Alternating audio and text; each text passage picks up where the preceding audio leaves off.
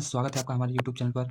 आज हम इस सेशन में देख रहे हैं यूपी बोर्ड क्लास 10 के हिंदी का मॉडल पेपर, जो कि आपके एग्जाम में 100% देखने को मिल सकता है। आप लोग ऐसे ही मॉडल पेपर को एक बार ज़रूर से तैयार कर जाएँ। यह मॉडल पेपर आप लोगों के लिए बहुत खास होने वाला है, जो भी यूपी बोर्ड क्लास 10 का एग्जाम देने वाले हैं, खासकर हिंदी का। आप लोग मुझे कमेंट कर बताएँगे तो मैं सभी सब्जेक्ट का क्या करूँगा, आप लोगों के लिए वीडियो अवेलेबल कर दूँगा, जो कि अगर आप इस मॉडल पेपर को तैयार कर जाते हैं तो 100% आपको मतलब कि फेल नहीं होंगे आप। ये बात तो तय है। इसलिए आप लोग क्या करें, जल्दी-जल्दी लाइक, शेयर कर दें और चैनल को सब्सक्राइब ज़रूर कर दें। ठीक है, चलिए सेशन को स्टार्ट करें। देखिए बहुत इंटरेस्टिंग होने वाला है आपका मॉडल पेपर। आप लोगों को पता होगा कि आपका पूर्णांक कितना होता है? आपका पूर्णांक होता है 70 नंबर का। कितने नंबर का? 70 नंबर का पूर्णांक होता है। समय मिलता है 3 घंटा 15 मिनट। और यहाँ पर देख लीजिए, आप पहले इसको नोट में पढ़ लीजिए। निर्देश दिए रहते हैं क्या? प्रारंभ में 15 मिनट परीक्षार्थियों को प्रश्न पत्र पढ़ने के लिए निर्धारित है। प्रश्न पत्र में 2 खंड होते हैं, अ और ब में विभाजित किए गए। प्रश्न पत्र के खंड अ में बहुविकल्पी प्रश्न होते हैं। आप लोग इसको ध्यान से देखिए। खंड अ में क्या रहता है? बहुविकल्पी प्रश्न रहता है, जिसमें सही विकल्प का चयन करने के लिए ओएमआर शीट पर नीले अथवा काले बॉल पेन से सही विकल्प वाले गोले को पूर्ण रूप से काला करें। मतलब कि आपको जेल पेन का यूज़ नहीं करना है ओएमआर रखने के लिए। आप लोग सिंपल क्या करेंगे, ब्लैक या ब्लू बॉल पेन ही लेकर जाएँगे, नहीं तो आपका ओएमआर का जो 20 नंबर का क्वेश्चन आता है खंड अ का, वह चेक नहीं होगा। इसलिए आप लोग बहुत से ध्यान देके और क्या करेंगे, बॉल पेन का ही प्रयोग करेंगे। ठीक है, चलिए नेक्स्ट क्वेश्चन देख रहे हैं। नेक्स्ट पॉइंट देखते हैं क्या हो रहा है कि खंड अ में बहुविकल्पी प्रश्न हेतु प्रत्येक के लिए 1 यानी 20 प्रश्न हैं, 20 नंबर मिलेगा आप लोगों को। 1 नंबर 1 प्रश्न का होंगे। ठीक है, चलिए ओएमआर शीट पर उत्तर अंकित किए जाने के पश्चात उसे काटना या इरेज़र एवं व्हाइटनर आदि का प्रयोग ना करें। देखिए, आप लोगों को पता है कि आप लोग बहुत ध्यान से ओएमआर को फिल करिएगा। ओएमआर को क्या करेंगे आप लोग, बहुत ध्यान से फिल अप करिएगा, क्योंकि वहाँ पर इरेज़र एवं व्हाइटनर नहीं कर सकते हैं। अगर ओएमआर गलत फिल हो गया तो आपका वह आंसर क्या हो जाएगा, गलत माना जाएगा। ठीक है, आप लोग का अगर ये निर्देश साफ-साफ दे दिए गए हैं और क्या था, प्रत्येक सम्मुख निर्धारित अंक दिए गए, यानी आपको प्रत्येक प्रश्न के सामने उनका अंक दिया गया। चलिए ठीक है, देखिए आप लोग को खंड ऐसे देखने को मिलेगा। इसमें क्या रहेंगे, 20 क्वेश्चन रहेंगे। आप लोग चाहेंगे तो मैं आप लोगों को मॉडल पेपर अपने टेलीग्राम पर अपलोड कर दूँगा, जाकर वहाँ से प्राप्त कर सकते हैं। बहुत ही इंपॉर्टेंट होने वाला है आप लोगों के लिए, जो पेपर देने वाले इस बार खासकर 2025 का UP board class 10th Hindi के लिए। क्लास 12th वाले बच्चे परेशान ना हों, उन लोगों के लिए भी मैं बनाऊँगा वीडियो, ठीक है? आप लोग चलिए ठीक है, देखिए आप लोगों को ऐसा आप लोग को बता रहना है, गद्य और पद्य से जो इम्पोर्टेंट रचनाकार, लेखक होते हैं, सबको याद कर लेना है। ये सब बहुत इम्पोर्टेंट होते हैं, आप लोगों को पूछा ही जाता है, ठीक है? देखिए बाबू गुलाब राय किस युग के लेखक हैं, आप लोगों को इसमें बताना है। आप लोग क्या करेंगे, ओएम मान लीजिए भारतेंदु युग के हैं, तो आप लोग क्या करेंगे, ओएमआर में ध्यान से आप एक रंग फिल अप मतलब क्या करेंगे, गोला को आराम से फिल अप कर दीजिएगा, मतलब काले रंग से कर दीजिएगा। ठीक है, चलिए चिंतामणि की इस विधा की रचना किस विधा की रचना है? चिंतामणि कहानी नाटक है। जो गबन किसकी रचना है? तो आप लोग को पता होना चाहिए। गबन श्री मुंशी अरे सॉरी मुंशी प्रेमचंद जी की रचना किसकी है? मुंशी प्रेमचंद। शुक्ल युग किस समय सावधि क्या आती है? शुक्ल युग आप लोगों को बता देना चाहिए। नींव का निर्माण फिर किस विधा की रचना है? नींव का निर्माण फिर किस विधा की रचना है? देखिए सभी प्रश्न क्या होंगे, एक-एक नंबर के पूछे जाते हैं। प्रियप्रवास किस युग की रचना है?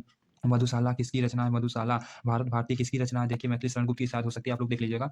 हमको शायद पता नहीं भी हम आधुनिक आधुनिक काल कब से कब तक होता है? आप लोग देखिए, आप लोग ओएमआर को ध्यानपूर्वक क्वेश्चन को पढ़कर ध्यानपूर्वक पढ़िएगा। ये आप लोगों के लिए मॉडल पेपर 2025 के लिए होने वाला है, जो कि क्लास 10th के होंगे। आप लोग इसी बहाने क्या करें, सेक्शन को लाइक करें, ज़्यादा से ज़्यादा शेयर करें, अपने फ्रेंड्स को भी इन्फॉर्म कर दें कि मॉडल पेपर बहुत इंटरेस्टिंग होने वाला है। चलिए ठीक है, फिर देख रहे हैं। देखिए 10वां प्रश्न क्या था, मतीराम किस युग के कवि हैं? किस युग के कवि थे? आप लोग बताना। हास्य रस का अस्थायी भाव क्या होता है? हास्य होता है, ऑप्शन सी करेक्ट हो जाएगा।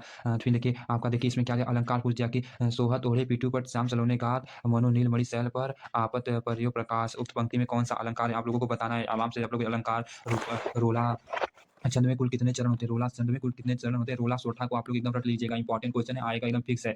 आकर्षण शब्द में उपसर्ग का प्रयोग किया गया है। रचना के आधार पर वाक्य के कितने भेद होते हैं? पीताम्बर में कौन सा समाज है? आंसू का तत्सम क्या होता है? कृतवाच्य के कितने प्रमुख तथा किसकी प्रधानता होती है? ताम्र शब्द बहुवचन मतलब एक वचन और विभक्ति क्या है? निम्नलिखित में से सर्वनाम क्या आता है? देखिए आप लोगों का खंड ए समाप्त हो गया, अब खंड बी आएगा। खंड बी आप लोगों को 50 नंबर का पूछा जाएगा। खंड ब क्या होगा, 50 नंबर का पूछा जाएगा, जिसमें एक मतलब गद्यांश 3 प्रश्न को उत्तर देना रहेगा, प्रत्येक 2 नंबर के रहेंगे, ठीक है? आप लोग को गद्य पढ़ना है, जो कि आपको इसके क्या करना है, आंसर देना है। गद्य फिर 2 ठो गद्य दिया रहेगा, दिया वो ऊपर वाला करिए, नीचे वाला करिए, ठीक है? चलिए फिर देखिए इसके बाद क्या आ जाएगा, आप लोगों को प्रश्न 2 क्या आ जाएगा, पद्यांश आ जाएगा। पद्यांश आधारित 3 प्रश्नों के उत्तर देना रहेगा। इसमें जो 3 प्रश्न दिए हैं उसके उत्तर देने होंगे। आप लोगों को ध्यान से पढ़ेंगे और इसके उत्तर देंगे, ठीक है? इसके बाद 2 मतलब 2 गद्यांश और 2 पद्यांश आते हैं, आप लोगों को दोनों में से एक-एक को करना होता है, ठीक है? जो कि इसमें 3 प्रश्न दिए रहते हैं, तो 2 नंबर के दोनों में रहते हैं, ठीक है? 2-2 नंबर के, ठीक है? नेक्स्ट क्वेश्चन चलिए देख रहे हैं। निम्नलिखित संस्कृत के गद्यांश, अब संस्कृत के एक गद्यांश आ जाएगा, 5 नंबर का पूछा जाता है। दिए गए गद्यांश में से किसी एक का संदर्भ सहित हिंदी अनुवाद लिखना होता है। अनुवाद अनुवाद लिखना, इसका लिखिए चाहे इसका लिखिए, ठीक है? फिर उसके बाद पद्यांश का भी वही सेम प्रोसेस रहता है। आप लोगों को पद्य 2 पद्य दे दिया जाएगा, उसका क्या करना रहेगा, हिंदी में अनुवाद लिखना होगा, ठीक है? आप लोग को भी जानते हैं। फिर उसके बाद ये अपने काव्य खंड के आधार निम्नलिखित में से एक प्रश्न का उत्तर देना होता है। प्रश्न 5 3 नंबर का आता है। कितने नंबर का आता है? 3 नंबर का आता है।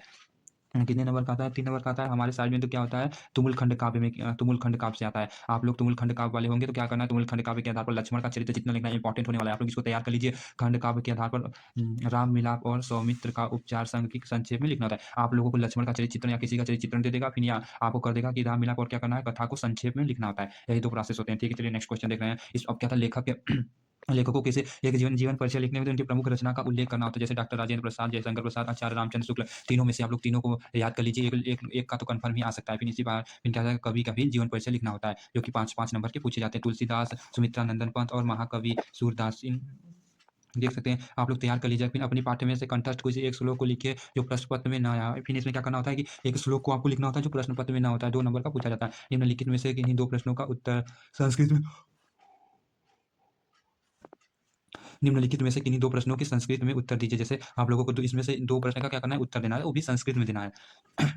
चलिए ठीक है, फिर 9वां प्रश्न देखते हैं। निम्नलिखित में से एक विषय पर क्या करना होता है, निबंध लिखना होता है। पर्यावरण संरक्षण के उपाय पर, फिर आतंकवाद कारण एवं निवारण पर, ये सब इंपॉर्टेंट होने वाला है। इसमें से आप लोग तैयार कर लीजिएगा निबंध को। एक बार देख लीजिए वीडियो। आप तो यूट्यूब का ज़माना फैशन चलने लगा है, तो आप लोग क्या करेंगे, यूट्यूब पर एक बार टॉपिक को सर्च मारेंगे और क्या करेंगे, उसको वीडियो को देखकर जाकर एग्जाम में छाप दीजिएगा। नंबर आपको फुल मिलेगा, हमको बताया 7 नंबर का पूछा जाता है, नंबर आपको मिलेगा। फिर क्या है, अपनी विशेष रुचियों का उल्लेख करते हुए मित्र को एक पत्र लिखना होता है और क्या करना होता है, उत्तर पद और एक पत्र लिखिए, या कहता है उत्तर मध्य रेलवे में एक शिकायत पत्र लिखिए। मतलब शिकायत पत्र लिखना होता है टिकट निरीक्षक द्वारा किए गए अभद्र व्यवहार का कारण क्या करना होता है, शिकायत पत्र लिखना होता है। ठीक है दोस्तों, यहीं पर आपका क्या हो रहा है कि पेपर यहीं पर समाप्त हो जाएगा। आपके पेपर में 10 प्रश्न पूछे जाएंगे। खंड कितना रहेगा, खंड 2 रहेगा। आप लोग देख लीजिए कितने खंड रहेंगे, खंड अ और ब, यानी खंड अ 20 नंबर का और खंड ब कितने नंबर का रहता है, 50 नंबर का। ये आपका 70 नंबर का होता है। 3 घंटा 15 मिनट दिया जाएगा। आप लोगों को कितना दिया जाएगा, 3 घंटा 15 मिनट दिया जाता है। आप लोग इस क्वेश्चन को कम से कम तैयार कर लीजिए। जो बच्चे कुछ भी नहीं पढ़े हैं तो कम से कम इतना क्वेश्चन तैयार कर लेंगे तो आप एग्जाम में जाकर कम से कम 90% तक मार्क ला सकते हैं। ये मेरा गारंटी है, मैं बता दे रहा हूँ। इतना अगर आप लोग तैयार कर लिए तो कम से कम 90% जो भी कुछ नहीं पढ़े हैं छात्र, इतना तैयार कर लेते हैं तो 90% ला सकते हैं। ठीक है दोस्तों, आप लोगों को